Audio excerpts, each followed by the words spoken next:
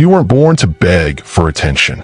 You were born to command it by simply being you. Marcus Aurelius, the emperor philosopher, ruled the most powerful empire in the world. Yet he didn't chase applause, validation, or people. So why are we, mere mortals in modern society, so desperate for a follow back?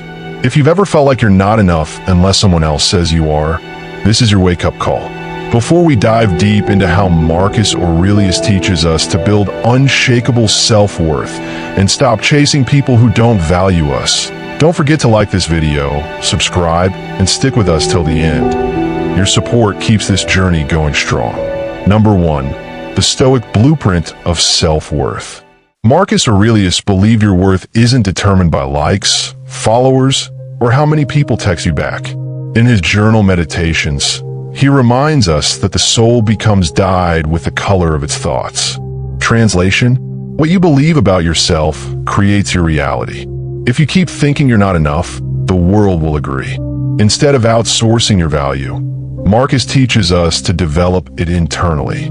He didn't scroll for validation. He meditated, reflected, and worked on aligning his actions with nature, meaning he focused on being a good human rather than a popular one.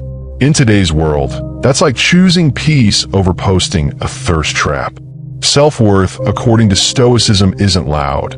It's stable. It's not the guy screaming, "I'm the alpha." It's the one who walks into the room and doesn't need to prove anything. That was Marcus. Quiet strength, calm presence, no validation needed. He ruled Rome and didn't throw a party every time someone agreed with him. So if you want to embody this mindset, stop waiting for someone to text you, compliment you, or pick you. Marcus would say, pick yourself.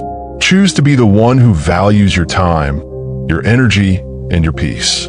And let the world adjust. Number 2, why chasing people weakens you. Let's get one thing straight. Marcus Aurelius didn't chase people, not because he was cold or arrogant, but because he understood that chasing is a form of self-betrayal. When you run after someone who constantly walks away, you're telling yourself that their attention is more valuable than your dignity. He wrote, "It never ceases to amaze me.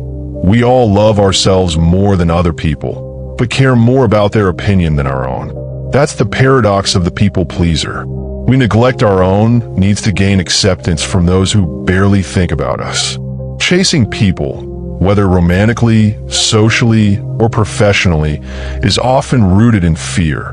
Fear of being alone, rejected, or unworthy. But Stoicism says, so what if you're alone? So what if someone doesn't like you? Your virtue, your character, your reason, these are what make you valuable, not someone else's inconsistent interest. Here's the truth bomb. The more you chase, the less magnetic you become. People are drawn to those who are grounded, confident, unbothered. Be like Marcus, stand still in your worth, and let the wrong ones walk. Spoiler, they're doing you a favor. Number 3, detachment as power, not indifference. Modern society confuses detachment with apathy, but Stoicism clears that up fast. Detachment isn't about not caring, it's about not clinging. Marcus Aurelius practiced detachment to stay rational, not robotic. He still felt things, he just didn't let emotions run the empire or his personal life. He believed everything is fleeting, people, power, praise. So, attaching your worth to things that naturally change is like building a castle on sand. Relationships will end. Some friends will ghost you. That's not tragic. That's life. The tragedy is thinking it's your fault every time someone walks away. Stoic detachment is freedom. It says, I can love you, respect you, support you, and still be okay if you leave. That's powerful.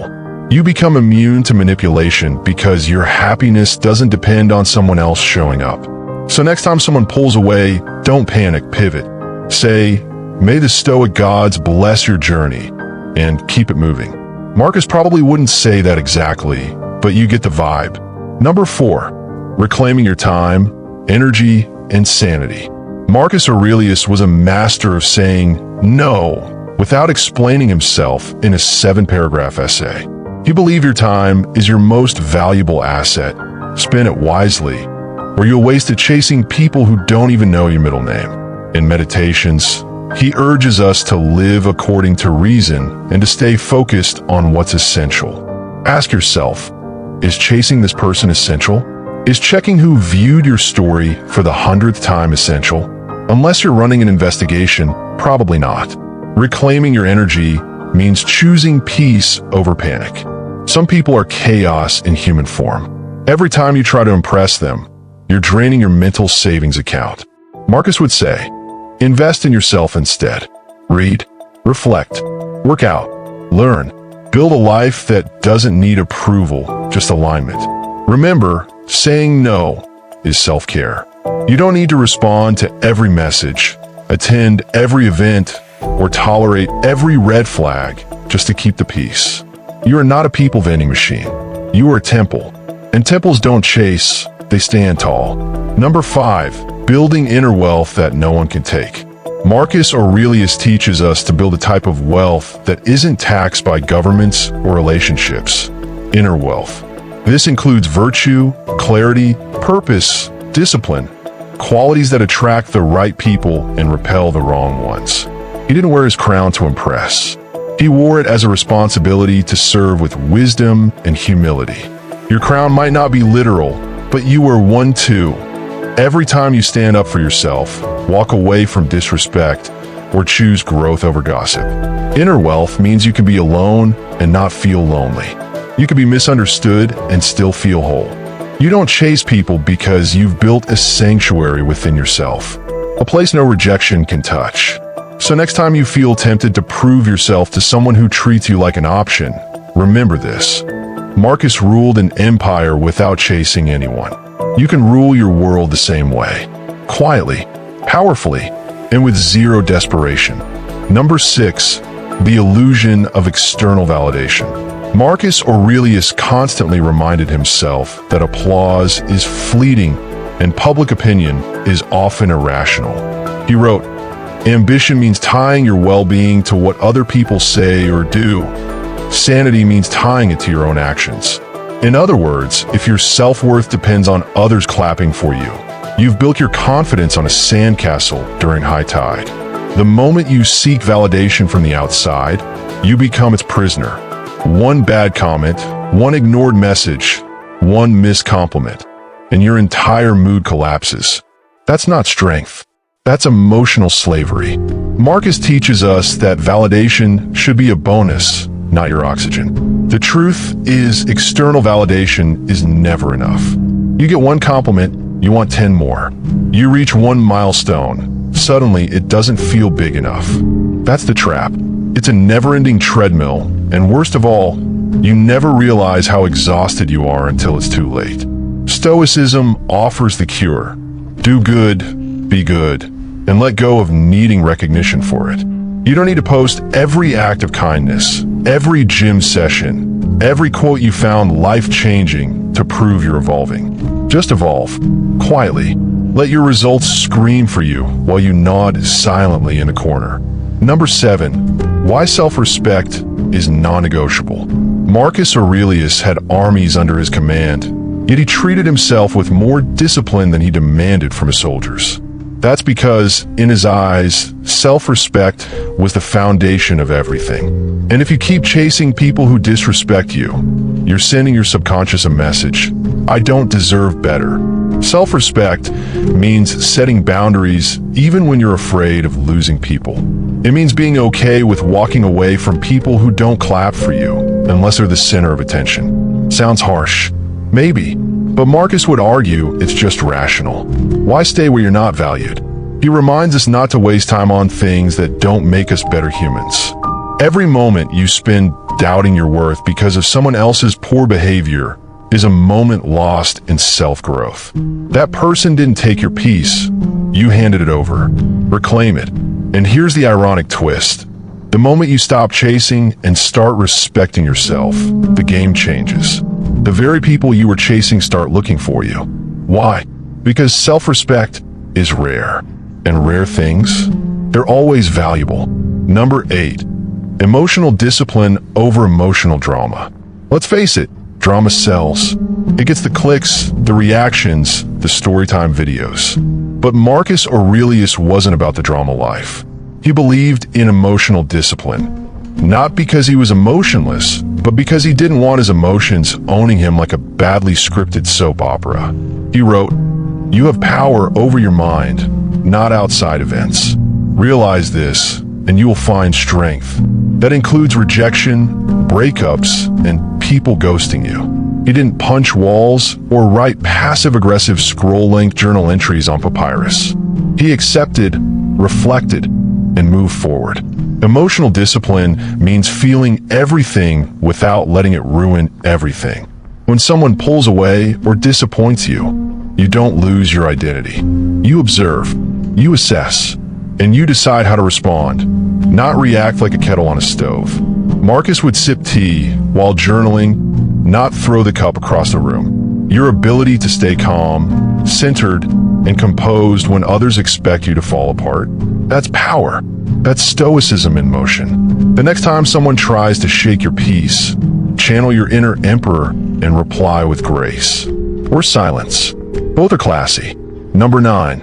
You teach people how to treat you. Here's something Marcus didn't say directly, but definitely lived by. You teach people how to treat you. Every time you tolerate disrespect, you're writing the manual they'll follow. Every time you chase someone who's clearly disinterested, you're handing them the blueprint for bare minimum effort. He believed in justice and reason, not just in ruling Rome, but in everyday interactions. If someone repeatedly disrespects your time, lies, or flakes on you, and you still show up, you're not being noble. You're being complicit. Stoicism teaches responsibility, not martyrdom. The Emperor of Rome didn't wait for permission to be respected. He lived in alignment with virtue, and that alignment commanded respect naturally. You don't beg for it, perform for it, or cry for it. You embody it. People eventually catch up or fall off. The takeaway? You're either setting a standard or accepting one. Don't just demand respect, model it. And how you treat yourself, how you allow others to treat you, and how quickly you walk away when someone shows they're not capable of meeting your standard.